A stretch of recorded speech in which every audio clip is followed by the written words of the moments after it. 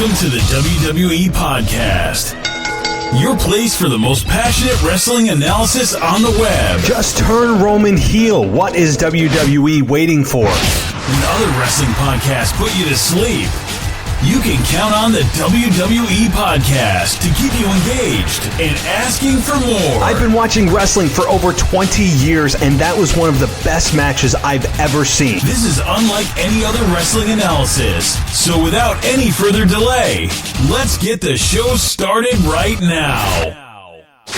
Hey guys, welcome to the WWE Podcast. It is Saturday, November 2nd, 2019. Great show for you today. Co-host is on the way. Ashley Mann is joining me once again for a awesome conversation. And we talk about Crown Jewel, cover that top to bottom, and go into depth on the Fiend and what it meant to his career to win the Universal Championship, to the NXT invasion that happened on Smackdown this past week. Well, really, last night as I record this, all the way to Raw and Becky Lynch and Kairi Sane's match, and the Lana, Rusev, and Lashley debacle, everything that you guys can really think of as far as the big topics in WWE right now, Ashley and I cover. So you're definitely going to want to stay tuned for that. But as always, I would like to thank you just for a moment here. Thank you for taking the time out of your day, night, evening, morning to listen to this show. It is it's on the rise. Things are growing, and that's because of you guys. That's because you are pressing play on your iPhone, on your Mac, on your PC, on your Windows phone. Is that still a thing? On your Android, whatever. You guys are the reason that this show is growing. Not me, it's you. You guys are deciding to support this show, and it's much appreciated. And I do notice. And guys, also, if you'd like to support the show in other ways, you can head on over to patreon.com/WWE Podcast. And it's an ad-free experience over there. So if you really don't want the ads and plugs, guess what? You head on over to patreon.com/WWE Podcast, where I am down to the final days of a special offer I'm running. If you're a new patron and you sign up, you can get yourself on the show. We'll do a mini little podcast. We'll discuss wrestling. And normally that's a top tier option for the patrons. But for this special, if you're a new patron, you get started for $1 and get on the show. And I think that's a pretty cool deal. And I'd love to honestly have you guys on the show because I want new voices. I want new opinions. I want you to chime in with what you think and talk to new people. So head on over to Patreon. If you're an existing patron, all you have to do is just upgrade to any other tier and you can come on the show as well if you're interested. Obviously optional. I'm not going to force you to. I'm not going to say, hey, you signed up, we need to talk. I mean, it's really up to you. But that is an option for new patrons and existing as well. So guys, again, thank you so much for joining me. You can head on over to the website. That's still a thing at wwepodcast.com. You can rate and review me on Apple Podcasts, which, boy, have I been receiving some real interesting ones lately. If you have a moment and you like to read some dirt, well, head on over to Apple Podcasts and look at the reviews. Some reviews people are giving me, they're just stellar. Thank you. Honestly, even those people, look, if you're rating me, whatever, I mean, it still helps me in the rating. So even if you really don't like me or whatever, it still is supporting the show. So I say thank you in kind of a weird way. But that is a great way to honestly support the show too, is just head on over there. And I do notice it and I do appreciate that as well. So I'm going to bring Ashley on in just a minute. But first, we're taking a quick break. And then on the other side, we're going to get right to Ashley and myself and our discussion that lasted well over an hour. Again, we cover Raw. We cover Smackdown from Friday, the big NXT invasion, and, of course, the Crown Jewel pay-per-view, which, honestly, I think it was better than last year, that's for sure. And the Fiend winning the Universal Championship, of course, we cover that. And Braun Strowman and Tyson Fury and Brock Lesnar tapping out Cain Velasquez. Again, you name it, we talked about it. And again, if you'd like to get your question on the show, hit me up on Twitter at the WWE Podcast. Or you can also email me at realwwepodcast@gmail.com. And that's also where I take questions. So, all right, guys, again, quick word from the sponsor, and then we're going to get right to the conversation with Ashley. So stay right here. Are you interested in the self-defense and fitness community? You want to hear from some of the baddest people on the planet? Tune into The John Bartolo Show, available on iTunes and anywhere podcasts are heard. The John Bartolo Show has a 5-star rating on iTunes and includes a wide range of guests from the UFC and self-defense community. Tune into The John Bartolo Show and let them know who sent you. It's Saturday night, guys. That means that I have a co-host with me. Ashley joins me this week, and a crazy week to do so, because there is not just Raw and Smackdown that we can discuss. There's also NXT's invasion of Smackdown that we can discuss, and the Crown Jewel pay-per-view that had more than one significant outcome.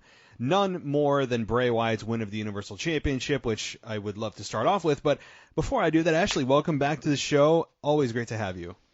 Thank you so much. It's great to be back, and man, we have a stacked week to talk about. It's insane. It feels like Monday was like a month ago.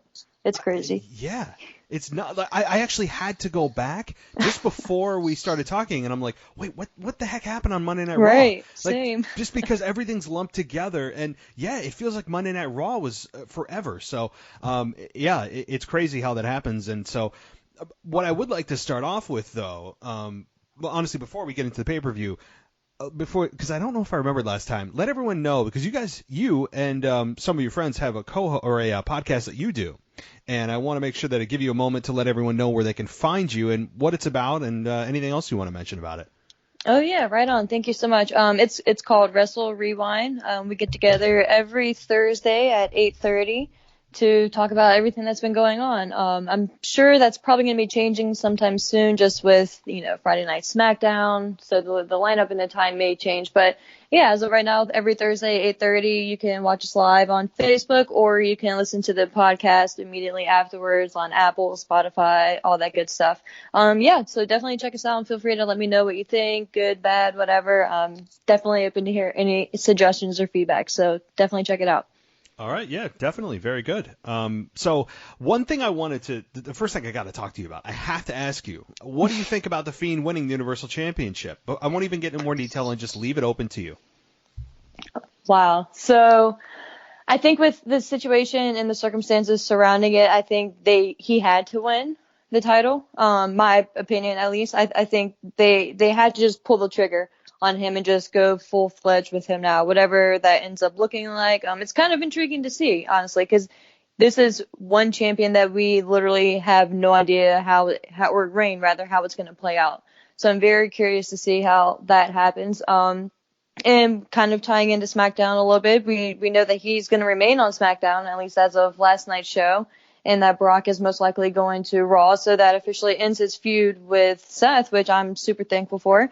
But man, that visual seeing him with the championship, I was just so happy for him. And I'm sure he's got to be super emotional just as a human being, just because of all the work and the time and the effort that he's put into this character and just this resurgence of him, in his career. I'm just so happy for him in so many different levels. And I'm super happy and excited for us as fans to see how this plays out and who he feuds with and what that even looks like going forward. Because it's interesting too, because he kicked out of, I don't even know how many stomps and finishers from Seth Rollins and all this impossible things. So it's kind of crazy to think like how a match with him is going to play out in the future. And that's the only negative thing I could think of as of right now, at least, just with him being so powerful and so strong against Seth. Like, who beats him and how do they beat him in a normal match, rather. So yeah, definitely curious to see. Man, that's the one thing. I'll start off with just that small critique, and then I got a whole lot of positive to talk about, is just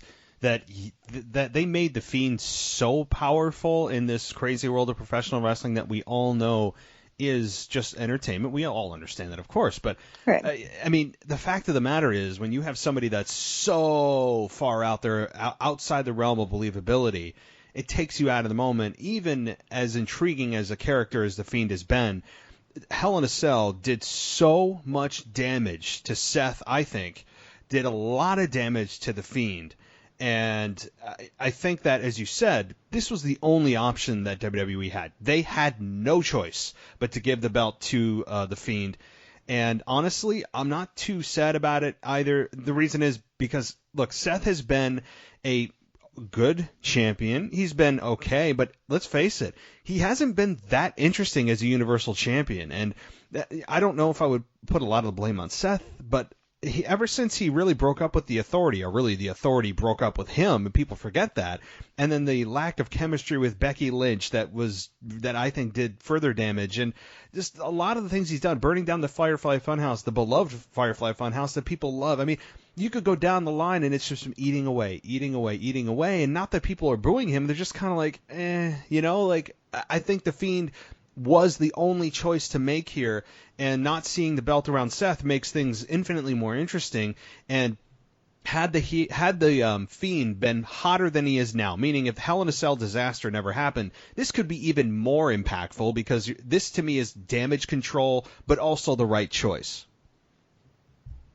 Yeah, definitely. And just kind of not shifting to Seth quite yet, for at least the rest of my take on Bray Wyatt, at least. I'm just so happy for him, like I said, for him to finally win the title. And I'm just so curious to see what they end up doing, because especially with Survivor Series right around the corner, are they going to have him face off against Brock Lesnar or against Adam Cole, which is just kind of crazy to even think about. But, especially with what we saw on Friday, they're hyping it up. All the brands are against each other.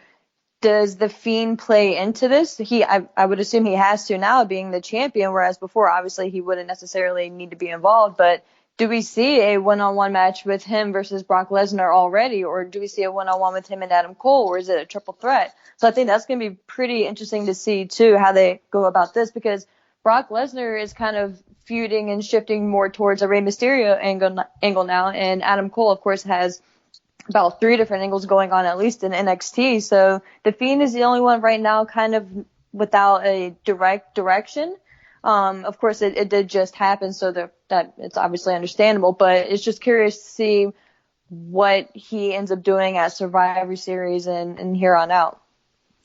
It's going to be very interesting. And that whole plane delay saga that some people don't believe was actually a plane delay, and there was some malicious intent there, and there's rumors circulating everywhere that, hey, it just wasn't a equipment malfunction on the plane. And so I don't want to get too deep into that, because it's all just kind of hearsay. But regardless of the fact is that, the Fiend was not there on Smackdown, of which he was supposed to be in the Miz TV segment, and that would have been very interesting to me as to exactly how he would have spoken, considering he doesn't really speak as the Fiend. I don't know what he would have done, but I think at that point we probably would have gotten a hint as to who he's going to be facing at Survivor Series, but I don't know.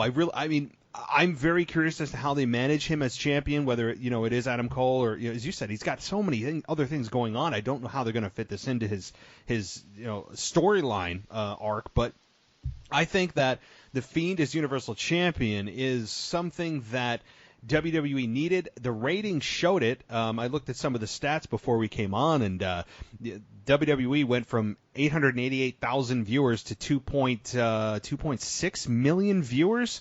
Oh, wow. Yeah, but we have to remember 2 things. This kind of comes with an asterisk. Number 1, the World Series was on last week. And number 2, they were also on FS1. They weren't on the typical Fox broadcast network. So there is a little bit of an asterisk there, like, great job with the jump, but, by the way, so there are some things that, but it is positive overall. I mean, like, that is a significant jump to make from week to week, and I think part of it is attributable to the NXT invasion, and so we'll definitely talk about that. But kind of, I guess, wrapping up the Crown Jewel pay-per-view as far as Bray and Seth go, I thought the match itself was better laid out than Hell in a Cell was.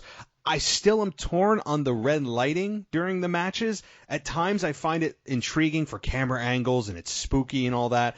But at other times I'm just saying, like, why this is hurting my eyes. I want to see what this match looks like, in color, in the full spectrum of colors. I don't need to see just the red light. So I'm kind of torn on how I feel about that red light. But just again, on that match itself, it was physical. I'm not enjoying the fact that he is just so superhuman that he can kick out of anything. You could give him 1,000 finishers and he just pops up. At some point, they're going to have to figure out what is the Fiend's weakness? Maybe that's the hook, right? And when you're watching, watching Freddy Krueger, or you watch, Friday the 13th with Jason and all that. What's the weakness? What's his kryptonite? And maybe that's the hook to the whole Fiend character. Yeah, definitely. And I think that is what the focus is going to be going forward. One last thing before we move on. I just kind of agree with you 100%. I just wish they would have showed his dominance in this match, and obviously in the Hell in a Cell match as well, if not more so there. But I just wish they would have showed his dominance more, but protected him and not allowed him to take so much damage and so many finishers. Just if you want him to be this beast, sorry to steal Brock Lesnar's term, but to be this beast and this creature and this indestructible thing. I don't know, just seeing him even being able to get to that point to withstand that damage and to get down for, what was it, like 8 or 9 like stomps from Crown Jewel.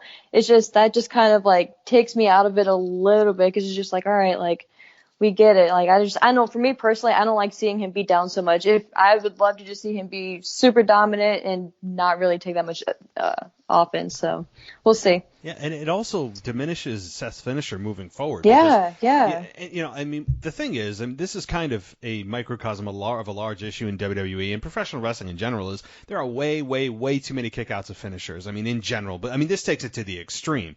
And so when you take that overarching theme that is just running through all professional wrestling, that kickouts of finishers are common, which is, to me, something that should happen occasionally at a large pay-per-view, or maybe at WrestleMania. I think WWE needs to re-educate their audience to, hey, finishers are exactly that, a finisher. But when you take it to the extreme, like Seth and Bray did, you kind of said it. I mean, I don't need to be educated and re-educated, rather, that Seth's stomp is, it's kind of like a clothesline. Yeah, they'll get back up. I don't need to feel like that. And the stomp was something that put his opponent down the first try, and when he had to use 3 to put Brock Lesnar down, you were like, oh my God. And then he had to use, like 6 for Braun Strowman. You're like, oh my God. And now it's, infinity with the Fiend. And it's just, it's making it feel like not a finish. And it's really...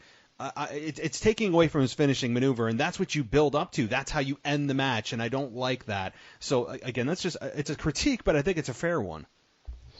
Yeah, and I think the last thing about this, just to kind of zero in on Seth and what happens with him going forward, I hope they allow him to just take a breather. I think, not for nothing, I think he deserves a break and just a vacation, or whatever you want to call it, just some downtime for himself as a human being and his character. I think he is one of those guys that would just benefit for maybe like a month or two, if you don't want it to be long term. Just not even have him show up on Raw. Just, they can announce it. Obviously they'll have to, or they can mention it if they would like. But, just allow Seth some time. I think his characters need it. I think we as fans need it, and we need to miss Seth. We just need him to go away for a while. Nothing against him. I just think he was put in just a crappy situation these past 6-7 months or so. So I hope he gets some time off that he deserves. I think that's exactly what will reinvigorate and recharge his batteries and reinvigorate the character, I was going to say. I think that's exactly what he needs, is he just kind of disappears for a while. You're like, where you're watching Raw one night and you're like, hey, where's Seth? We haven't seen him in a while, and get him out of the minds of fans. And, as Vince McMahon likes to say, wrestling fans have the memory of, a goldfish, right? Like, he thinks that people really think that, people don't remember that. Well, I think this could work to Seth's benefit if that in fact is true, that we have short memories. And I think part of the reason we have short memories is because there's so much damn content that it's impossible to remember everything that happens. Right. But yeah, if they do that, that's exactly what he needs. Take a month, take 2 months off, get yourself ready for WrestleMania season, because it's right around the corner. That's what he needs. I don't need him going back after the to be a surprise entrant in the Rumble. Be off until the Rumble. That's exactly what he needs. And from what I understand and what I'm seeing is that the actual human being of Seth Rollins, like, he is getting really affected by the crowd reactions, saying, that this is what the people wanted me to be, and then I'm now... Which is true. It is. It is. It's not for nothing. Everything that he said is spot on, and it's not his fault. I feel like WWE has just kind of treated him like Roman Reigns, and we just like forced him down our throats in ways that they didn't have to. Like his victory at WrestleMania could have been like an organic thing. Yes, it could have played out, and he still could have been in a different angle with someone else, or back with Brock Lesnar and gone back that route. But I just think maybe the thing with Becky Lynch, and then of course the thing with the Fiend, and just like a few things that happened, of course, like outside of, you know, the character that we see on TV, like within Twitter and everything like that. I just feel like he's probably burnt out, and I can't fault him for that. It's not anything negative against him. He just needs a break. Yes. No, there's no question about it. This will do wonders for his career, his mental state of mind, which apparently is not great, and rightfully so. And, you know, I can't put all the blame on Seth. A lot of the booking is to blame, too. It's just a number of factors that all just point to, hey, buddy, take some time off. Take a month. Take 2 months. Whatever. As you said, Royal Rumble would be a perfect time. That's a perfect amount of time. It's 2 months away, a little over 2. To get yourself right, get the fans to, you know, miss you and wonder where you are, and do what Sasha Banks did, for God's sakes. Not that long. I mean, she was gone for 4 months, but take that kind of a break of soul searching or whatever. I know he's engaged to Becky, but there is something to be said for that. So, all right, yeah, I agree. But moving on. I mean, my God, there was so much else that happened at Crown Jewel. I guess I'll just ask you. I mean, what did you think? What did you think of a couple things? Because I kind of lumped these matches together because to me they're both just kind of spectacle matches. Is Brock and Cain Velasquez and Braun and Tyson Fury? I think the first thing that stood out to me was like you really saw Brock's star power when his music hit and he came out. Like, granted, it was the first wrestler that they saw of the night, but man, like that crowd just ate him up. And it's so crazy to see, like, especially when they go overseas to places like this. I get fascinated to see, like, how other fans in different countries react in different parts of the world, you know, because we, of course, you know, may love or hate Brock Lesnar over here. But I think you really get a true feeling of if someone is a real star or not when they go overseas. Because you see, like, a Brock Lesnar get a huge reaction, like a Randy Orton, and just, like, guys like that. So that was like the first thing that really stood out to me.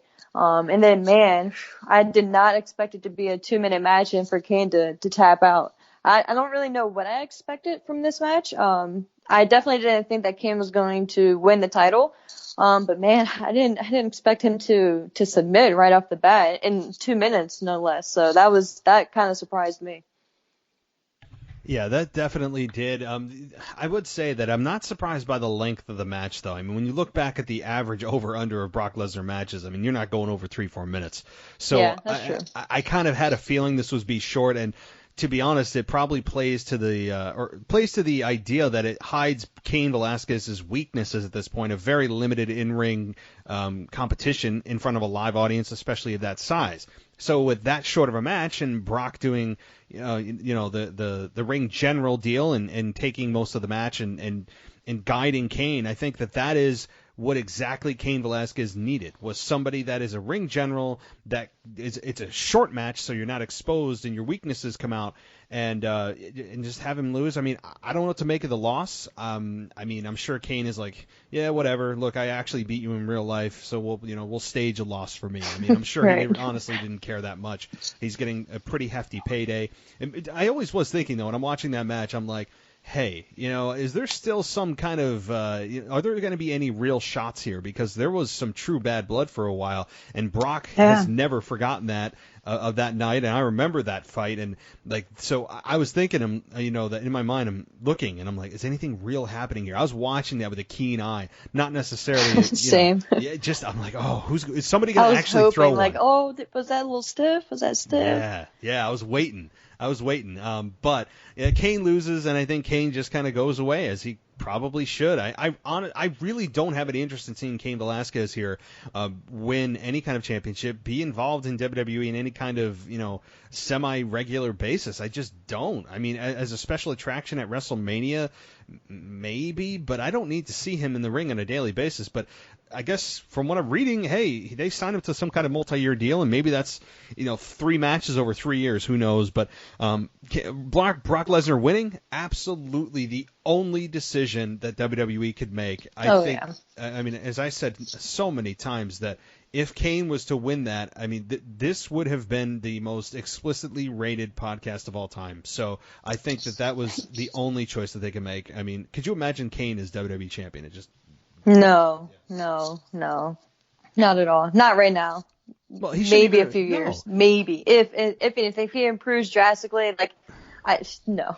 Well, I think the worst part about it is, why did it have to be for the championship? What is Kane right? done? That was my thing. That was the thing that just took me over the edge. There's no need for it to be a title shot. No need. No, it could just be a grudge match, and I'm totally fine with that. The backstory is enough for me. I don't need to throw the belt into it. And Vince is like, we need to make this as big as we can. No, that actually takes away from it.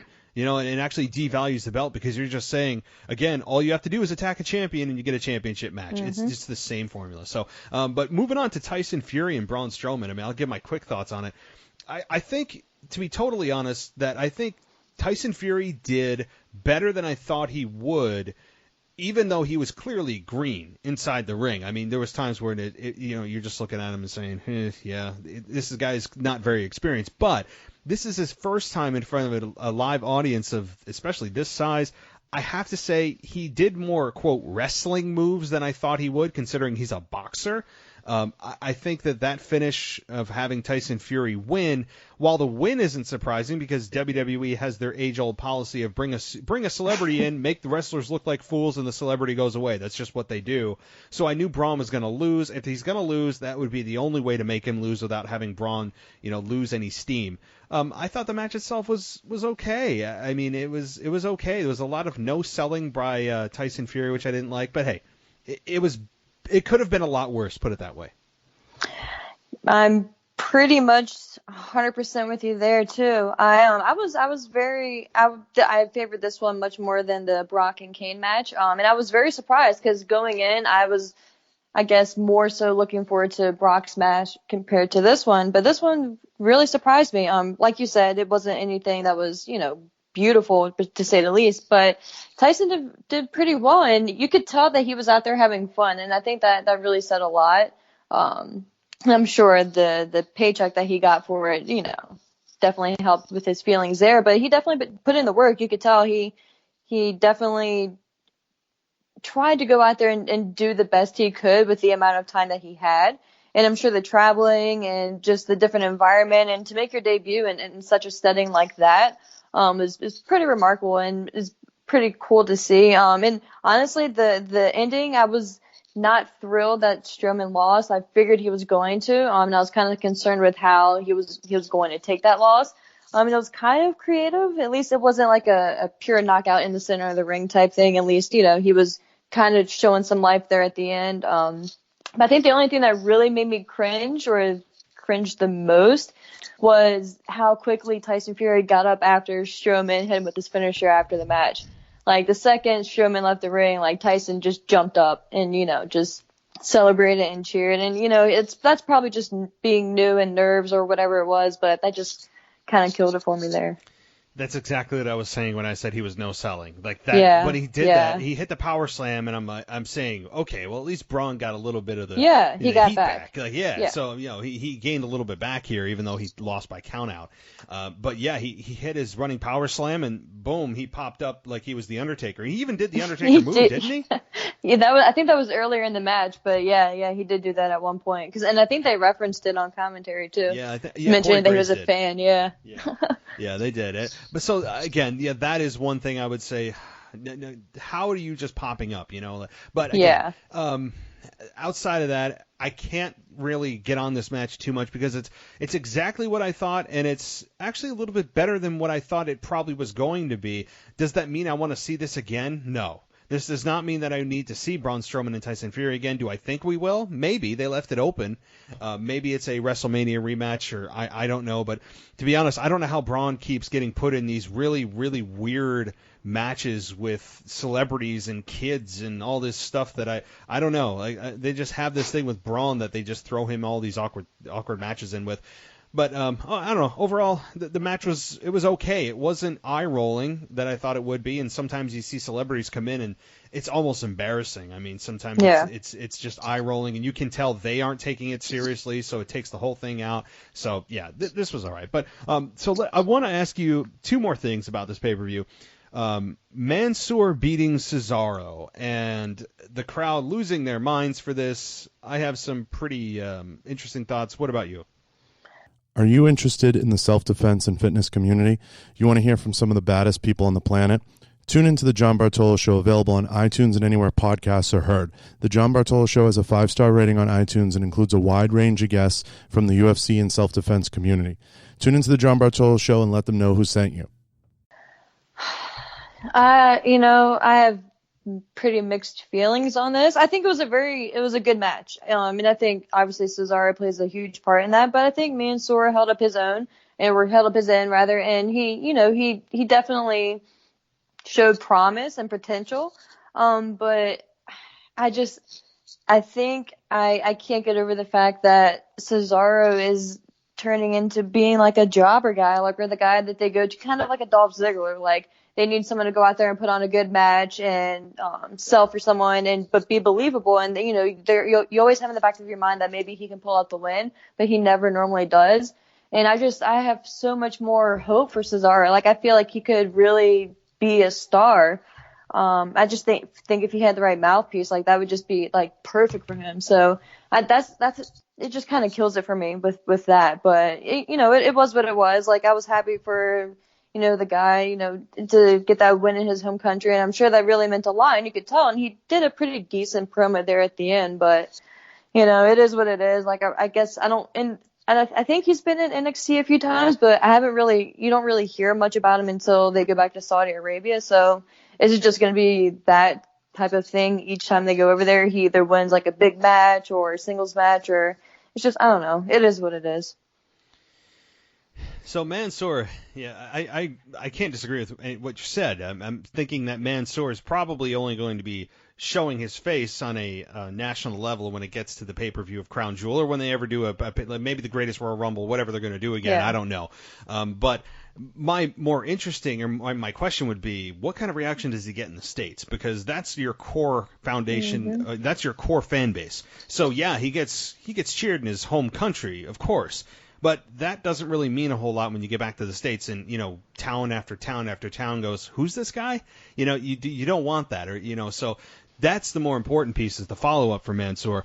I like him in the ring. I thought this match was very, very good. I was very high on the match itself. Cesaro, of course, always holding up his end, being the trooper, taking the fall. Mansoor, I will say, has got some really nice hair. I mean, like, this guy, seriously, look at his hair. It's better than like Roman's. It's better than Drew McIntyre's. This guy has so much volume to it. Yeah. I'm so jealous. It's unbelievable. I mean, I have zero hair, and I'm looking at this guy I'm like tear in my eye, and so like this guy, I just looking at it, and I was so distracted by his hair in the after match promo. It's just, and that says it right there. Like, after this hard fought match, this long match with Cesaro, and who knows what the temperature was, and his hair is still beautiful. Like, what? Yeah, it's like I'm watching a Dove commercial. It's like, whatever, just get out of here, dude. Yeah. The wind is flowing in his hair, and it was very distracting because it's so nice. But as far as the win goes, yeah, I expected him, and I actually predicted Cesaro, and then realizing, oh yeah, Mansoor, this is his home country, probably shouldn't have, but. Yeah, I could do without the "you can do anything" type of promo that is just, what Shorty G is now doing. Don't get me started on that. All this kind of stuff that people are just these 1980s take your vitamins, say your prayers, and be good guys and gals promos make me, my stomach turn. I'm not a fan of it. It's just so transparently, just pandering. I hate it. So that kind of thing, and everyone went, yay, you're from my home country, so we're going to cheer you, and that's the only reason why. Whatever. I mean, they got to have this feel good kind of win, and that's what he is probably going to be Superman when it comes to matches in Saudi Arabia. That's just what he's going to be. So the other match I wanted to talk to you about, of course, is the Natalya Lacey Evans first ever women's match in Saudi Arabia that people are all crazy about, and are rightfully so. It was a big moment, all that kind of stuff. So I wanted your take on that. Yeah, it's honestly everything going into these events that we're gonna have once or twice a year for however long, the next 8 years or so. For me personally, like I kind of have to look at it glass half full going forward. Do I think they should have even put the glass on the table, meaning getting into a deal like this? Probably not. But they did, so we just kind of have to look for the positives now. And yeah, a lot of people are saying this should have happened night one, like the first show over there. And honestly, yeah, probably it should have, but we don't know the circumstances that went into it. We don't know why it didn't. We don't know why it didn't happen on the second one, but it happened. So I think we just have to celebrate it. Yeah, I wasn't thrilled with how they had to dress, but at the same token, I think just the fact that they were able to go out there and put on a pretty decent match. I mean, it wasn't the best match that they've had together, but I couldn't even imagine the nerves that they had and just maybe the terror or the fear or just probably 1,000 emotions all wrapped into one. And then having to actually carry through the match and being, just think of how Natalya probably felt like having to carry the match. And Lacey has improved. I mean, she's still green, but she has improved a lot. And so I'm so happy for them, and I'm happy that WWE finally was able to put this match on. I'm curious to see if this becomes a routine thing for each show. But I'm just happy for the moment. Everything else aside, because of course we could have a million different side conversations about, the show itself and everything else. But I think WWE finally did something right here and finally was able to do something right. So I think we just have to celebrate it and just move on, Yeah, the thing is, this could easily and quickly turn into a political conversation. Like, I mean, this whole thing that's right, Saudi Arabia, because it's so touchy, Yeah, I mean, that's why I'm trying to keep it very focused on wrestling. I mean, so I will say from the wrestling perspective, wrestling only, and it's very difficult to separate the politics from this, but wrestling only, I actually got like emotional watching Lacey and Natalya hug after the match. Like I was watching, because that was real emotion. That wasn't planned. That wasn't contrived. That was real emotion from both of those ladies. And so when you see that as a human being, you can tell when it's contrived or planned or when it actually happens organically. And it was one of those moments that you're just like, man, that's awesome. I feel, for these two ladies, this is an awesome moment. I think what happened there, I mean, you saw the audience, men, women, children, whatever, standing in awe of this crazy moment for Saudi Arabia, the first time ever. Their attire, it was what it was. I'm not even going to go there. But they were able to compete, and I'm happy for them. And I'm sure that there will be probably one match per pay-per-view over there. I don't know if there's like, hey, you guys can only have one women's match per pay-per-view. I don't know. I don't know the politics of it. I'm sure that they are in constant contact with the government over there. You can make an argument: is this political or is this propaganda? Maybe you can make an argument this is propaganda, and that the fact that we're celebrating this in 2019 when it should have happened, 100 years ago. I mean, I'm sorry to cut you off, but like whenever I hear that, I'm like, yeah, but we're not talking about a women's wrestling match happening in America. We're talking about a match happening in a completely different country that we have no control over their say-so. Like this should have happened 50 years ago, 10 years ago, whatever. Yeah, it should have. But we as Americans have no say-so at all over what happens in a different country. So you can't even use that, No. But we can barely control what happens here, let alone a different company or a different country. Nope, so. Totally agree.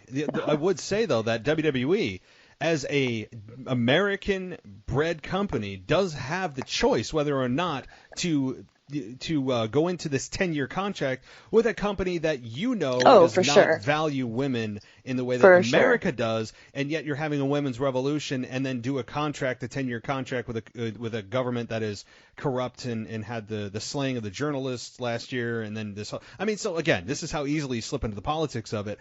But again, I'm trying to let's go back to the wrestling of it because it's so easy. It's it's tough. So again, I'm happy for the women, and I just want to move on from it because it's a little bit sticky. So, alrighty. But one last thing I need to talk about the pay-per-view. AJ Styles and Humberto Carrillo.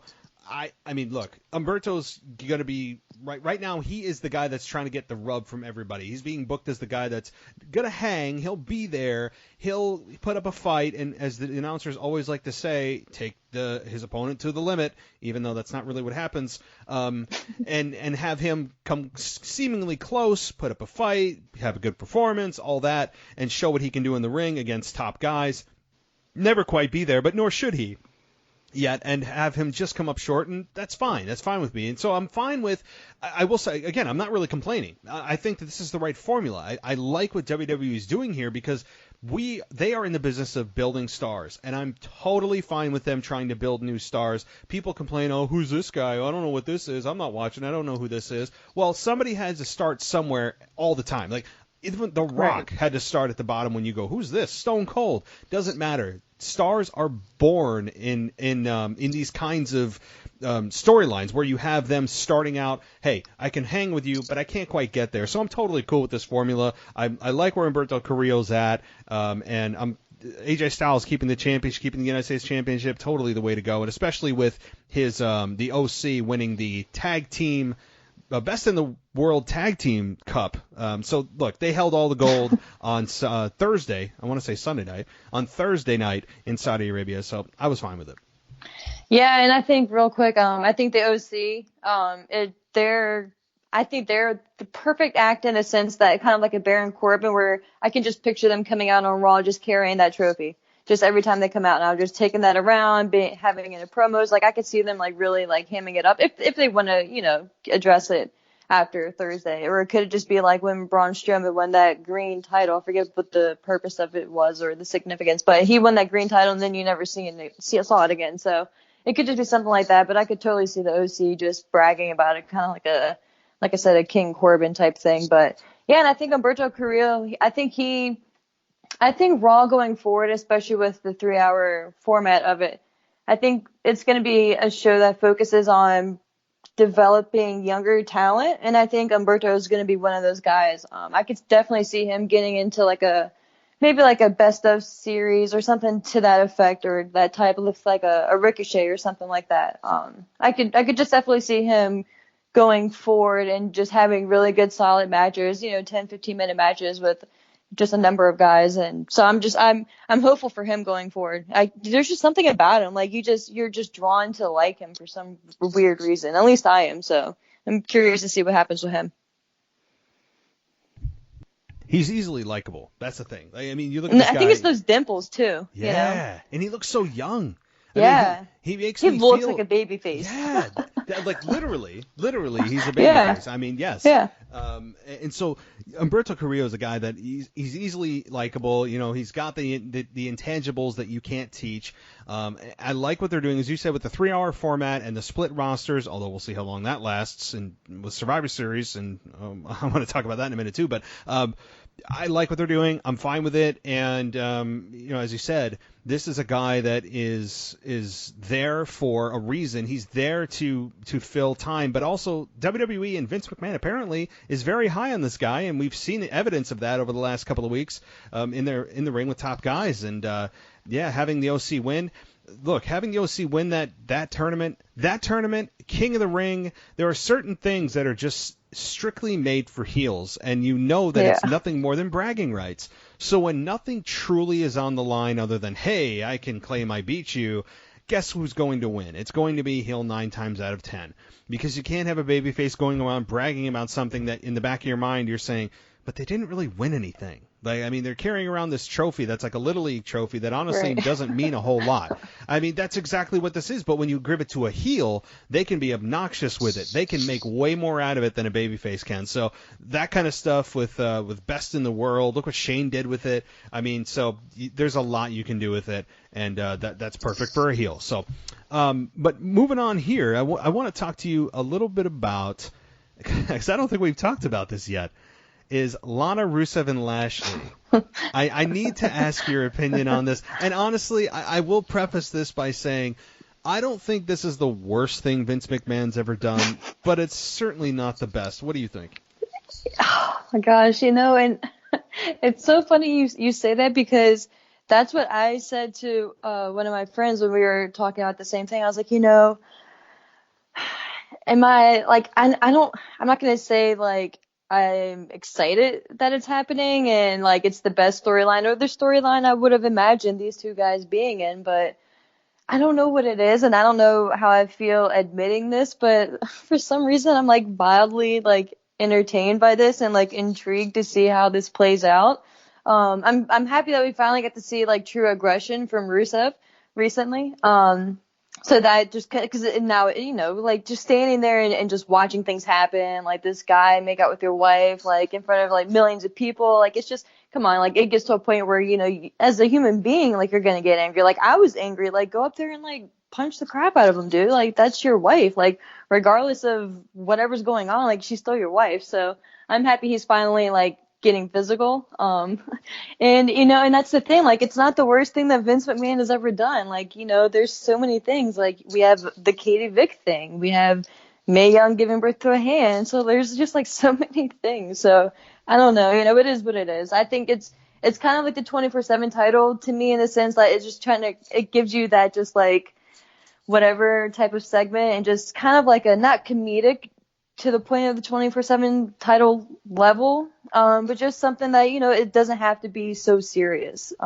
Whether you agree with it or not for their respective characters. Like I said, I probably would not be doing anything like this with them, but, at least they're doing something. At least they're on TV now. So, yeah. I don't know. It's one of those things.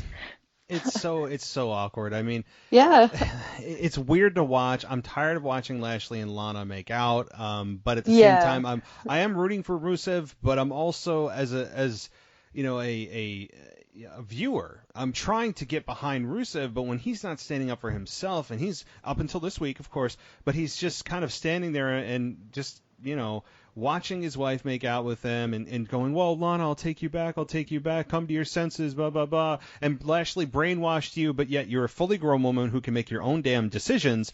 I mean, it made Rusev kind of looked like a fool for a couple of weeks. Right. I mean, it's just like, dude, like if you don't care and you're just going to kowtow to her and let her do what she wants and, whenever she's ready, she'll come back to you. I mean, come on, bro. Like, I mean, that kind of stuff made me go just totally turned off from Rusev. But this week did some repair. It did, it definitely did a little bit of repair for me. And for it to be the main event of Raw was a little shocking. So the positioning of this was very interesting, having it be the very last segment of the show.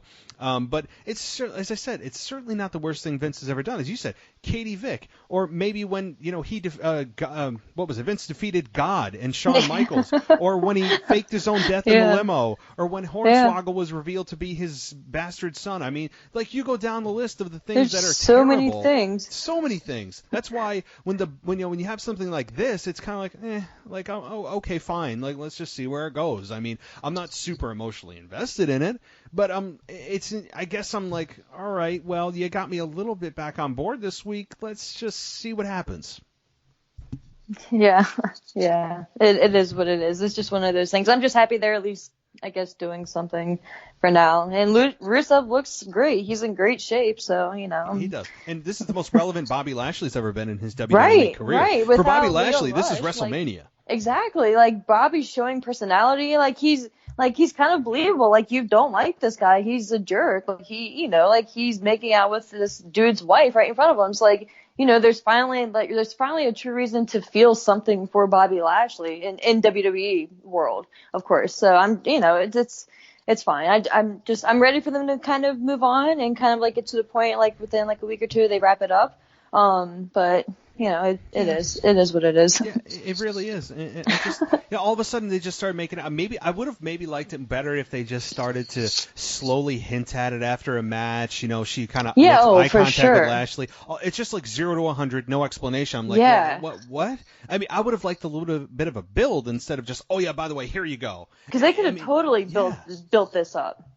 Oh, easily, like 2 months, easily. Have one outside, and like you said, like Ian Lashley, or like have them bump into each other backstage. There's just so many different things. Interact on social media, like they could have built this up, and then finally, like maybe have people like mention to Rusev, like, hey, have you, Lana's kind of looking at him, and just like there's just so many things they could have done differently with it. And furthermore, I mean, I'm not advocating for a Lana and Rusev match, but Lana is the one to blame here, not Rusev. I mean, or not Lashley, because Lana is the one deciding who's the married one to have an affair on national television week after week after week.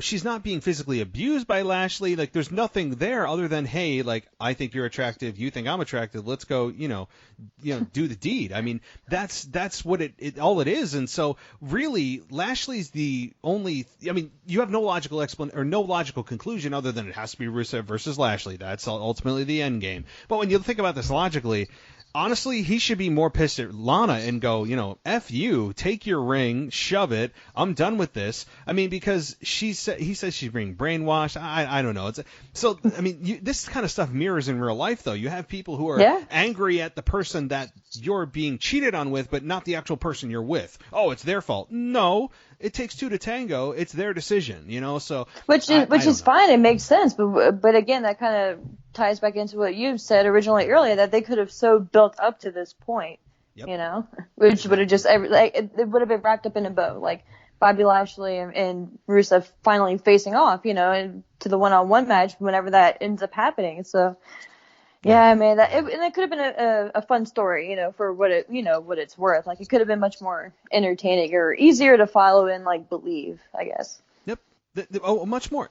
They just gave us a book and go, skip chapters 1 to 10, just go to chapter 10 and start there. I mean, that's the way it was, right. and unfortunately it doesn't work that way. But again, this is kind of like on a 1 to 10, I'm like a 4 on it. As far as I'll see what happens. I'm not going to turn away. I'm a little bit invested, but it's not the worst thing. The thing is too, like, if you're a new wrestling fan, maybe you're looking at this either going, this is awful, or wow, I've never seen anything like this. But if you know Vince McMahon, again, as some of the angles we just pointed out, this is certainly nowhere near right. the bar that was set when those angles hit. So, alrighty. Well, moving on from this very crazy angle is, what is your take overall? And I'll let you decide where you want to go with this for the Smackdown that was on last night and the invasion of NXT that. Whether it was actually designed to be this way, had the plane not had its, quote, mechanical issues, or whether it was, we have half the crew over in Saudi Arabia still, and we need to get the Survivor Series matchups started up because NXT's now involved in this whole thing. How did you like the NXT involvement? Do you think it was well done? And what did you think? Honestly, I think we probably would have gotten some mention of NXT or maybe some type of video or maybe a few seeds being planted on last night's show had the crew made it back in time. But I don't think we would have gotten the invasion angle this quickly. I think because they didn't even really hype. Unless I'm wrong or off with this one, first time I heard of NXT being involved in anything for Survivor Series was during Crown Jewel or maybe immediately right after. So, like I said, unless I was wrong, I don't think that they would have rushed going straight into the invasion angle for last night's show if the crew didn't have mechanical issues or whatever the situation was. I did see a few things where the NXT guys their plane and they had travel issues, or maybe not travel issues, but just with the short notice, they didn't even arrive to the arena until 7:55, 5 minutes before SmackDown started. So what if that's true or not? If it is, then even more power to them. But I enjoyed the show as a whole. I think it was very interesting to see the layout because you can definitely tell that it was being run by different people. And I enjoyed everything. And I don't know how you feel about them, but I really enjoyed the commentary crew that they have with Pat McAfee, Renee Young, and Tom Phillips. I think they really stood out, and Pat was just amazing. Maybe I'm in the minority here, but I really dug him just calling the matches and just because he was exciting. You could really get that feeling of, man, he's excited to be there. He really wants to be there, and he's happy. So it just ties you into the show more, and it just gives you that even more of an emotional attachment to it. Yeah, and I would second that. I've never actually heard Pat before, as far as well, not with those three, and I've heard very limited before that. I mean, I would say Aiden English wasn't that great. I mean, but I didn't really expect a whole lot from him. I hadn't seen him since he was with Rusev doing the Rusev Day thing, and all of a sudden he's sitting there, and I'm like, whoa, all right, I guess he's doing commentary, and he was okay. I mean, he was doing commentary for 205. Okay, I know he was doing that. So because I honestly, the only reason I know is because I went to a few shows when they were in the area. So obviously, and 205 was recorded right afterwards, so he came out. So that's the only reason I knew. But from what I've heard, he's okay, but not really my taste. Yeah, he's all right. I mean, it's hard to judge from just a short span, short and small sample size. But I don't know. As far as the NXT thing goes, I honestly, it was a breath of fresh air. And maybe that's because it felt like an NXT show, and I don't know what that says about the typical SmackDown formula, but I enjoyed it from the fact of, okay, we get some new matchups. It was heavy focus on wrestling. Triple H's involvement, I actually enjoyed Triple H's involvement because he wasn't there in kind of this quasi... And Sean. Sean there just really drove it home, And I really love Sean's tease of when Triple H or Daniel Bryan challenged Triple H, and I fell for it, dude. I kind of fell too. for it. I was like, no, they're not, because I was like, dude, they feel guilty. They need to make it up to us. I was like, no, they're not. And then Sean puts it on. He's like, it's cold in here. I mean, that is just Sean's comedy at the best. Like, that is when Sean is Sean at the best. When it was, so I loved it. I popped. I laughed. I'm like, he got me. Yeah, I'm like, the SOB got me. Because, I mean, how many times have we clamored and the rumor's been swirling about Daniel Bryan versus HBK? I mean, we've heard it through the years. So I'm like, hey, okay. Well, Sean has already broken his promise to never come out of retirement at Crown Jewel last year. I'm like, what the hell? I mean, you've already broken the seal. Let's do this, Exactly. So that's why I thought it was plausible. But he got us, and we got a Daniel Bryan Adam Cole match, which I think it was awesome. And that you talk about wrestling, that's wrestling. That is what I would love to see on a weekly basis. That's what I love. This is what being a wrestling fan is all about. Are matches like this, and I mean, if these two had an Iron Man match, like a true Iron Man match, which I don't think WWE's had in maybe 10 years plus. I'm talking true 60 minutes. Right.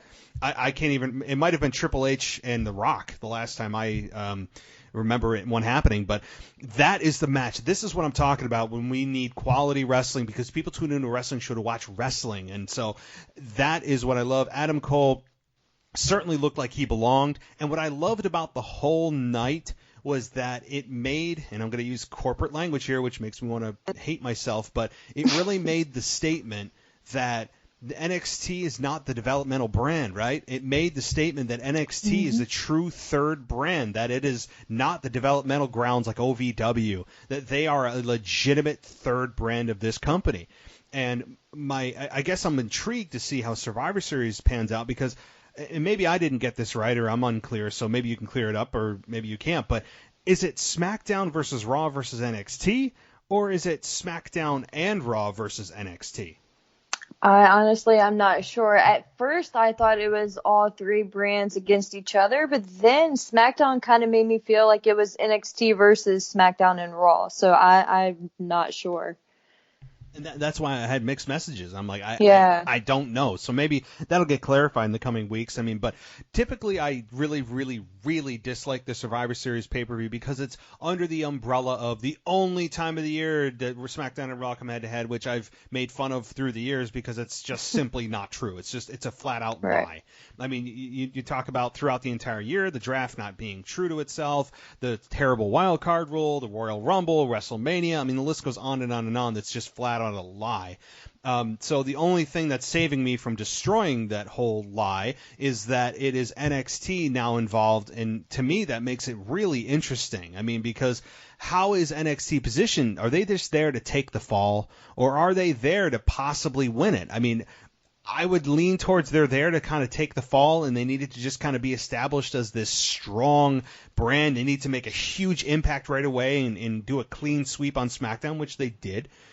and then ultimately just have them lose at Survivor Series, which I could see Vince going, yeah, well, I'm not I'm not letting my two kids lose to this redheaded stepchild of NXT. I mean, I could see him coming up with that kind of thought process. So if I were to guess, NXT's probably there to take the fall at Survivor Series. If we were having this discussion last year, I would definitely side with you, but I have this weird thing inside of me that's just feeling like, first of all, Triple H isn't going to allow them to just get demolished or anything like that. I think NXT is actually going to pull it off. And I mean, it's way early for us to be making any type of like actual prediction, but at least as of right now, because honestly, SmackDown and Raw, like, if they take the loss, like, it doesn't really mean anything. But if you're going to make the statement and have NXT go either head on with SmackDown and Raw or face them both separately, however they end up having the match lay out, I think NXT has to take the win to prove to the mainstream audience, the people who don't really know, they know the name and they've heard of NXT, but they don't really have any type of care about it right now. I think they need to give NXT the edge here, and I think it needs to be strong. Yeah, maybe a few of the main roster, or not main roster, but like the SmackDown and Raw guys can show up on NXT for one show and that's it. Maybe just to get some type of retribution. And again, I don't want that to become a thing. But it would only make sense at this point right now, since NXT invaded SmackDown, that SmackDown is going to win, at least get some type of vengeance. So I just think they have to give it to NXT, and not for nothing for, of course, all of us to speculate too, because they want NXT to show dominance and look like the dominant brand, because, they're facing AEW on Wednesdays. So just to even give it more kind of bragging rights without actually going out there and saying it. It's kind of like a subliminal type thing, but that's just my take on it. Hey, listen, I am with you as far as who should win and what I would do. But my problem is Vince McMahon. Yeah.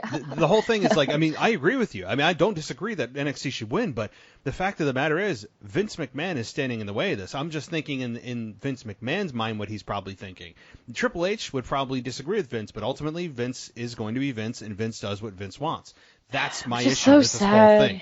But yeah. but I totally agree that it should be about the future. And Raw and SmackDown can absolutely absorb the loss.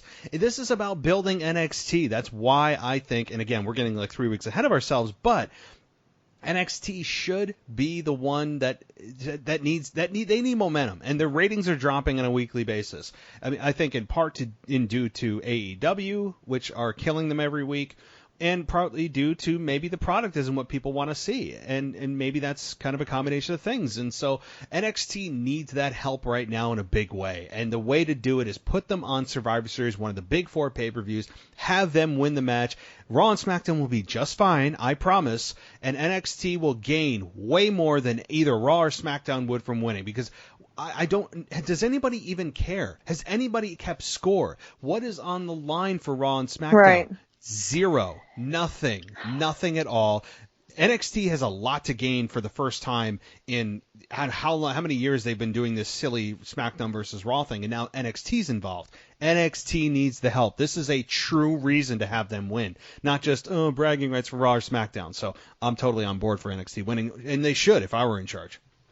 Yeah, and kind of to get back to what you had originally, let's start this portion of our conversation, the whole Daniel Bryan and Adam Cole match, it was so beautiful. Like, it was just like you could see the start, the beginning, the middle, and the end, but it wasn't obvious. Like, you obviously knew, like, the WWE formula when the commercial breaks are, but, like, it wasn't like they're going to the outside of the ring, like, here comes the commercial. Like, for me, like, it didn't feel like a regular SmackDown night. Like, it just didn't feel like it felt like an NXT on a Friday night show. And just the thought and just seeing who all was out there in that main event, man. You had Daniel Bryan versus Adam Cole. Daniel Bryan was trained by Shawn Michaels, who was sitting ringside, who's at the very moment training Adam Cole and being his guide and being so heavily involved in NXT, man. Just imagine if we could get a full-fledged feud and story out of them. Since NXT became an actual show on USA, I didn't really want any of the, don't want to say main roster, but like any of the Raw or SmackDown guys to move over to NXT. I think Finn Balor's a good fit, but man, if I could just pluck one guy, I would totally send Daniel Bryan to NXT. I just feel like he would be just the perfect fit. And I don't know if you start him right off with Cole or have them, acknowledge the great match that they had, just kind of like show mutual respect and then move on. But of course, that's getting way ahead of anything and that's actually plausible at this point. But just seeing that main event and just seeing how good of a match it was and just how simple it was. They just went out there and wrestled and told a story. It just showed you and kind of reminded you, like, man, when WWE tries or when, maybe when they don't try, it's just what they can do. It just makes you love wrestling even more. And just the art form itself, it was crazy. See, that's the key word. It's an art. They painted a really beautiful picture on Friday. With build, no story. And that was the other thing. Daniel Bryan wanting to challenge for the NXT title showed in that minute promo segment, whatever it was backstage, him wanting to face Adam Cole for the NXT title. And Daniel Bryan, of course, I guess you can say that he was in NXT, but of course it wasn't the NXT that we know now. It was that weird partner with a veteran type thing. It was kind of more, you remember, right? It resembled like a game show or whatever. Yes. So I guess you could say he was, but nothing like compared to what it is now. But just imagine if they had the opportunity to just go down there and actually build a story and just play it all out. Like, it would just be, you couldn't turn away. No, you could, like you said, oh my God, I remember when they were running around the ring, timing each other. It was eye-rolling, terrible stuff. With the barrels and stuff. Oh, God, yeah. It was horrible. You talk about, even watching that now, but to think about where they came from to where they are now is pretty cool. And yes. Having Daniel Bryan in NXT, I never really thought about that, but him being NXT champion, I don't know if my concern would be if you start inserting any stars that are already established on Raw and SmackDown into NXT and its fans, its core hardcore fans, its true fans, whatever you want to label them, I think may resent that in that NXT feels like its own world. Like, hey, this is pro wrestling. I don't need any of the sports entertainers that are from Raw and SmackDown. This is our own world. Leave us alone. We are not a developmental ground anymore, even though and probably it'll take time for most fans to really take that out of their minds and re-educate themselves that, hey, this is not just, oh, well, they lost the NXT championship. They're coming to Raw. They're coming to SmackDown. Who's coming up? And instead of that mentality, it's going to take a while for people to realize, what about going the other way? Again, we saw it with Finn Balor, and in that case, I think that's more the exception than the rule. He's a great fit there, and boy, did he make news with his heel turn. And that, I'm sure you saw the kick around yes. the world. Beautifully executed, perfect. Completely out of nowhere. I didn't see it coming. The way he did it, brilliant. So, he's the exception to the rule. But I think Bryan would be a good fit as well. But if you start doing it on a semi-regular basis, it may just start to feel like, oh, well, this is kind of Raw or SmackDown light. It's not really NXT anymore. It may water down what NXT was built on. Would be my fear. But again, I love it. Back to this match as I'm trying to circle back, the Adam Cole Daniel Bryan match. Amazing. Even the Miz and Tommaso Ciampa match, I really enjoyed that one. Not as much as Adam Cole and Daniel Bryan, but certainly I enjoyed what they did. I enjoyed Tommaso Ciampa's promo. He felt very natural. He felt like he belonged. For those who haven't seen him before, this was a treat. And there are people who certainly have not seen him before if people don't follow NXT. I think it was a good debut. You had to have him win. You honestly had to have every NXT person come and win. You could not have anybody from NXT come and lose a match or get the snot beat out of them. You had to have them win. So Tommaso Ciampa, I enjoyed him as well. What did you think about this match with The Miz? Oh, I enjoyed it so much as well. And I think WWE got lucky in the sense of who ended up being able to make the show for SmackDown roster side. You had Sami Zayn, you had The Miz, and Daniel Bryan being the key factors there. And of course, you started the show off with Brock and Lesnar, Brock and Heyman. But man, they couldn't have gotten luckier in the sense of three wrestlers to get stuck with, to kind of like brace your show out and kind of like the beginning, middle, and the end, kind of, if you lay it out that way. So I think The Miz here was perfect for Ciampa. was perfect in a sense that you could get that promo out of Ciampa, and I've always enjoyed him on the mic, but I'm sure he had to be nervous being such last minute, not really having any time to prepare and just being on live TV. Like, I'm sure it was, I could not imagine being in any of their shoes for that situation, but I think he did so well. I was really into it, and The Miz was just, like I said, in my opinion, the perfect opponent for Tommaso to go out there and just square off against promo-wise and ring-wise. I think they had a really good match. And I'm just so happy that Ciampa was able to come back in such short time. I think it was, 7 months since he went out and had his surgery and his recovery, and he's back. And just being able to experience the rise and the popularity of NXT and just being able to be involved in actually wrestling, and just I'm happy for him. He's just one of those guys that it's a feel-good story. It's just one of those guys it's not hard to get behind at all. No, it's not. And again, I really am very curious as to if the flight had not been whatever, again, I don't know, would this have still happened? I mean, I know you alluded to, I don't know, it probably would have been a mention here and there, but maybe not a full-fledged invasion, which this was pretty damn close to. And I tend to agree with that. But I think, again, if this was all, out of the plan, and this really wasn't supposed to happen, and they're not BSing us that it was just the gods of wrestling kept half the roster in Saudi Arabia, and we have to fill it with NXT guys, this was the best thing that could have happened to SmackDown. It felt refreshed. It felt new, and yeah, you can't have a new feeling every week, and that's not honestly what's wrong with wrestling in 2019 is we need new matchups, we need fresh matchups. That's really not, but in this case, this felt like a much different show. It just like I just went, took a deep breath. I'm like, it just was really nice to see. And so even Rhea Ripley and Tegan Nox, when they faced off against Mandy Rose and Sonya Deville, I even enjoyed that. And how did you see that won. kick to Renee Young's face? When she got sent over the desk and yes. Renee took it right to the face. Dude, she like mentioned it champ. on the air. Yeah. Yeah. Boy, she took it like a champ. But boy, yeah, she got knocked pretty good. Oh my gosh, she did. And real quick before we move on, it was kind of curious and interesting to me rather who didn't show up. I keep wanting to say tonight, but last night, being Velveteen Dream and Johnny Gargano. I'm kind of curious. I mean, of course, it's just could be something simple. They couldn't make the short notice or whatever it is, or it could have been strategic, but.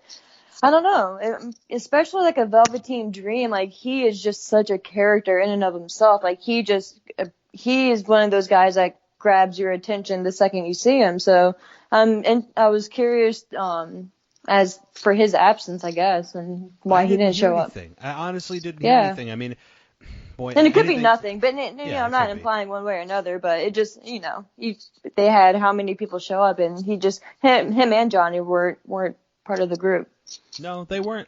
I don't know. Anything we say is going to be speculation. If I was a gun to my head, I'd say it was strategic, but I don't know. I don't know, but certainly I would love to see some guys on the roster square up with Johnny Gargano as well. I mean, like, there are some guys that I would love to see, and this is what I love. Like, this is what I love when there's a true brand split, is that you make these fantasy matchups and dream matchups in your mind, and it's amazing what happens in the anticipation that can be built organically when you have a true brand split and not Vince McMahon's watered down version of, well, we'll kind of do it, and then there's the wild card rule, and then somebody will show up unannounced, and then there's Survivor Series, which completely negates the entire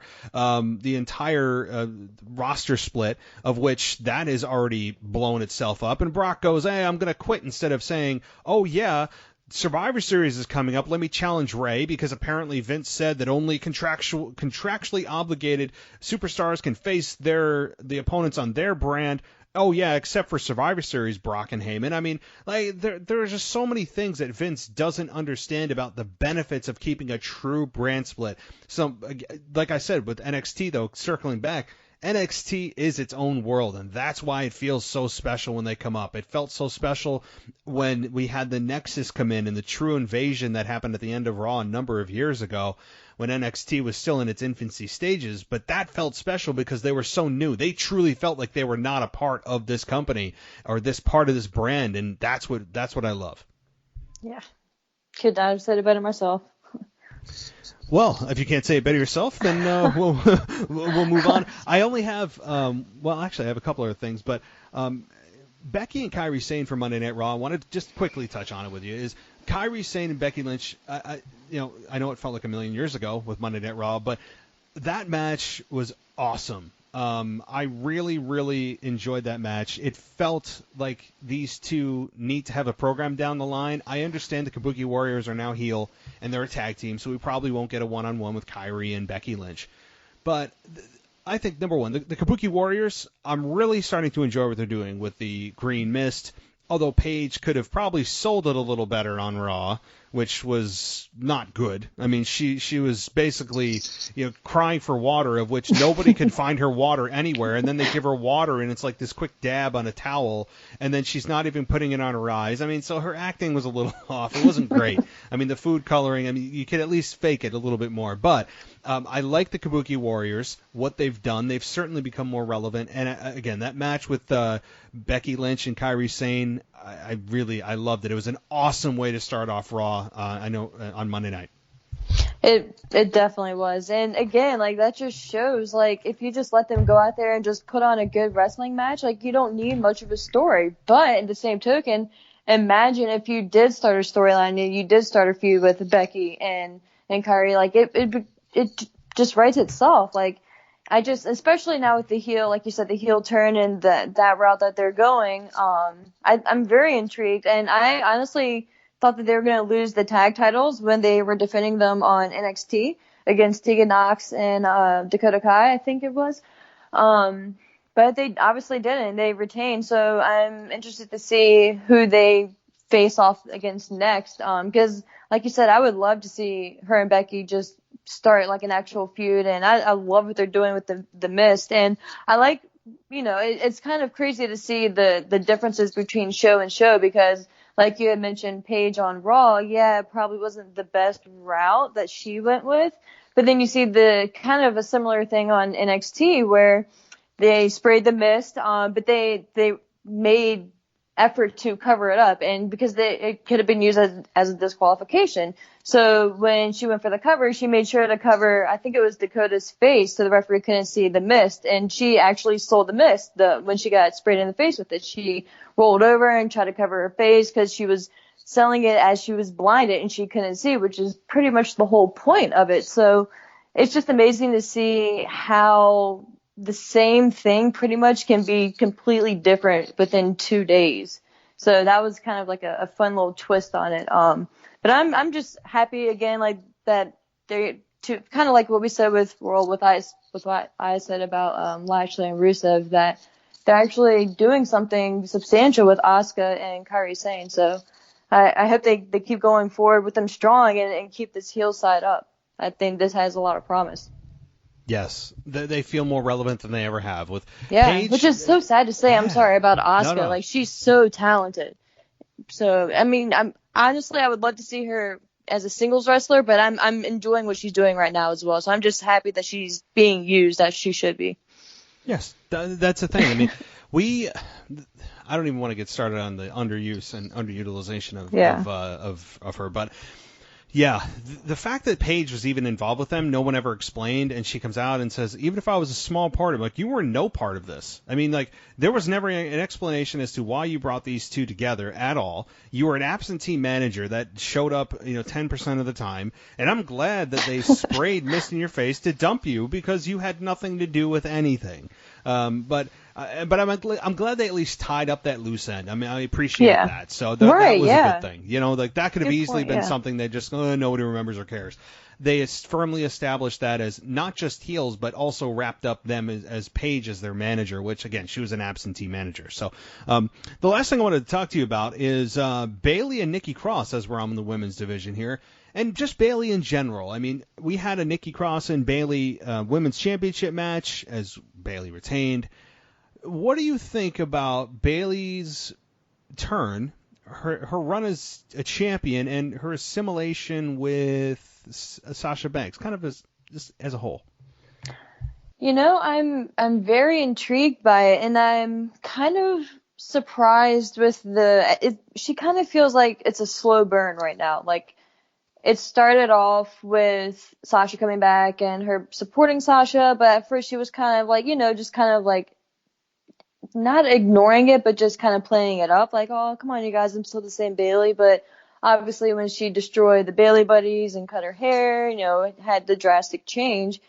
This is the new side of Bayley, and this is such a complete opposite of what we all knew her to be. So I'm just enjoying the slow burn to this. And it's also interesting to me that she is kind of, in my opinion at least, standing out more so than Sasha Banks right now. I was kind of concerned with them both being on the same show and with how hot Sasha was, that she was going to be overshadowed by Sasha. But she, at least as of right now, and again, in my opinion, Bayley's kind of running it, and Bayley is the measuring stick on Smackdown right now. So I'm digging what they're doing with her. I'm curious to see what they do with her as well going forward, and who her next feud is going to be, because she obviously just beat Nikki, so I don't really know who she's going to face off against next. But she could be, she could kind of drag it out too. Like, she could maybe just come out for a week or two and not really maybe feud with anyone and just kind of brag about being champion or do whatever. But I'm just into the Survivor Series, because that's kind of the thing right now. We don't really know what route they're going to go with Survivor Series with the champions, at least. So we don't know if it's going to be like each brand's champion faces off or whatever. So we can't really get too far into that. But at least as of right now with Bayley, like, I'm digging it, and just how cocky she is, but not like overly cocky, and not being loud and obnoxious, just being kind of chill about it, but still being arrogant. Yep. Look, Bayley has been a character. I mean, everybody knows. I've been asking for her to go heel for probably a year or more. I would love to have seen it. Now we're getting it. And to your point, I think I'm intrigued too. The slow burn is what happened, and now that she has fully turned, she's made the full turn.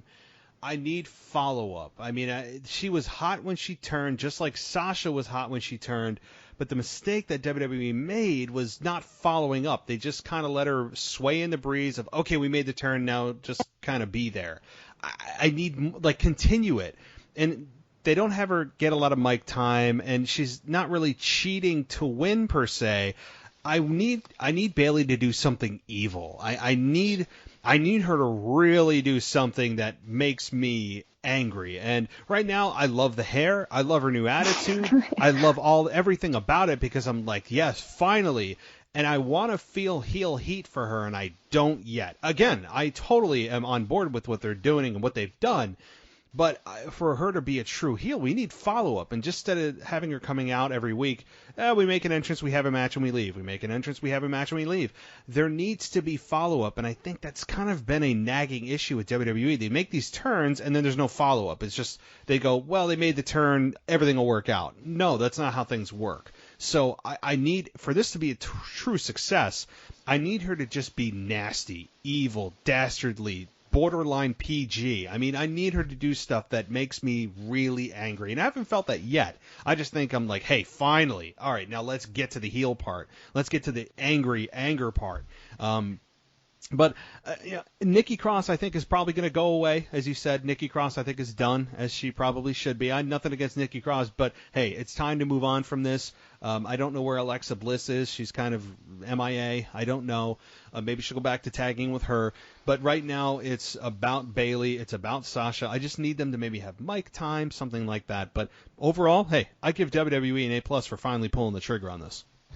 Yeah, and I think two other quick things about Bayley and Sasha. I think for both of them, especially Sasha, maybe more so than Bayley, I think they can throw them on at any time and give them a 5-minute promo segment, whatever the case may be, and just have them go on there and just complain about something and just sell whatever the situation is at the time. And they could do it. Like, they could grip you and kind of bring you back into like disliking them at that time. So I think with Sasha's mic skills, like, they can save it, but yeah, like she's kind of just died out within the past couple months, which is such a shame with how hot she was when she came back. But I think with Bayley too, last thing about Bayley real quick, at least from my end, to me, she kind of mirrors Charlotte Flair in a way that they're both so good in the ring, like if Bailey's gonna be like a true heel, like when what you said kind of made me like think about this. She has to cheat. Like she has to do something that just pisses me off. And like, man, like I know she's that good, but and that's the thing. Like that's another reason why we can be mad at her. Like we know that she can win the match just with her pure ability to go in the ring, but she cheats to win. She, hits with the chair or just whatever, whatever way that she goes about cheating, just something just to make us dislike her more, because she, in my opinion, is just really solid in the ring. And just seeing even her match with Nikki, like it was a good match, and just seeing her go out there and put on a good match, it's like, man, well, I gotta respect her because she, like look how good she is, So I don't think that helps her heel side right now. No, it doesn't. It doesn't. But right now, Bailey, like you said, I don't need to see her cheat to win every match. Yeah, I mean, yeah. But her goal just as like a heel, that edge. Yeah. As a heel, your goal should be, I don't care how good of a match I put on. It should just be, I'll do anything to win. She shouldn't want to put on a good match right now. No. Like she should want to get in, win the match as quick as possible so she can get back and leave, Exactly. I mean, yeah, exactly. And it's just say, hey, look, I don't get paid by the hour here. Right. I'm here to just win and get the hell out of here. I don't care how I have to do it. Anything I need to do goes. And that's should be the mentality of a heel. And, unfortunately, more often than not, it's not the case. And as you said, Sasha has been just silent. I mean, mute for weeks now. And I don't like that. Sasha, which is so weird. Man. She came back. She was, for a couple of weeks, she was the talk of Raw. She was hot. The blue hair said it all. Bailey and Sasha are changing their hair, and I need it to be worth something here. Especially Bailey chopping off her hair. She's probably like, hey, this better be worth it. Like I had all my hair, and now it's gone. I need to make this. I need to have get my money's worth, and I don't know, and I hope she does. I mean, I think she will. There's still, I don't think it's completely petered out. I don't think that Bailey and Sasha completely petered out, but the flame's not as hot. It's just kind of like it's warm, like you're still keeping my hands warm, but you're not setting the place on fire. And I think both women could do it. They just need something to sink their teeth into, other than just kind of like, match, come back, match, come back. Like I just need a storyline of substance where they can show their true heel colors, show their true personalities, and get underneath the skin of fans. And they haven't had that yet, but I'll be hopeful. How about that? I couldn't agree with you more. All right. Well, Ashley, is there? Boy, I had all my notes, and I think I've checked boxed all my notes here. Was there something that I missed that you wanted to discuss? Gosh, no, I don't think so. I feel like we covered everything for the most part. I mean, of course, you could dissect any little thing for hours, but I think for the most part. When you say everything, I'm like, well, I'm sure we missed stuff, but the main things at least. Yes, definitely. The wrestling is something that it's just. I mean, you could go on for hours and hours and hours. But don't worry, guys. We all get a extra hour of sleep tonight. Right. Unless you have kids, of which, hey, you're just getting up an hour early. Everybody out there that has young children, as I do, this means nothing. This means nothing other than just I get up at probably 4:30 a.m. instead of 5:30, so that's what that means. So sorry. No, sorry, hey, that's rough. all right. That's just life. I mean, that's just what it is. People say, "Oh, it'll change your life, everything." I never really truly understood that. I mean, going to the bathroom is a luxury. Taking a long shower. I mean, just like milking the minutes you're in the shower are a luxury. Just like little things that you just totally take for granted when you're either single or you don't have kids or whatever. Man, I'm not complaining. I mean, it's the best thing ever. It's the best thing ever. But holy you know what? Yeah. It like every so facet, it's true. Every all the hype. minute. It's all, true. all the hype. The hype is, I'm not, Goldberg. Believe the hype, right? Like so. Every facet of every minute of everything that you do in your life is now like it's minute by minute. What do I need to do? Where is he? What do I need? Does he have to poop? Is he got to eat? I mean, it's nuts. It's nuts. But so hey, yeah. So there have been times that I actually, not during this podcast when I've ever talked to a co-host, but there was a podcast I did. I don't think I ever said this. A couple of months ago that I did. I don't know if it was a Raw or Smackdown review that I actually fell asleep like while recording it. Like I was talking and like I fell asleep. And I woke back up and it was like 10 minutes later, and there was just 10 minutes of dead air. And I'm like, should I air this? Like, would people just be like, what the hell happened? Oh my gosh, yeah, that dude, actually that's happened. so That's awesome. a real thing. Yeah, I'm like, I'm going to talk about Raw, and then it just boom, like out. And so, yeah. So it's happened, man. but yeah. Anyway. All right, Ashley. Well, thanks so much for coming on as always. But before you go, let everybody know not just where they can find you on social media, but also the podcast that you do beyond this one. Oh, right on. Yeah. You can follow me on Twitter at ASHMANNS. Feel free to give me a follow. Let me know what's going on. What if you agree with me, disagree, what do you think of the shows, all that good stuff. Definitely love just hearing different viewpoints and different opinions. And yeah, I do another show with a group of my friends around here. It's called Wrestle Rewind. We air every Thursday live on Facebook at 8:30. But you can definitely listen to the podcast, just the audio version, on Apple Podcasts, Spotify, all that good stuff, pretty much immediately afterwards. So yeah, feel free to check us out. Very good. Everyone check out Wrestle Rewind.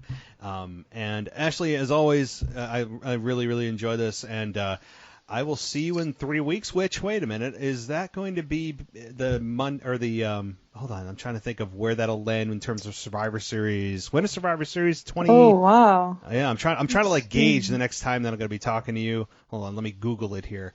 That may be right before. Survivor Series, it is, hold on, November 24th.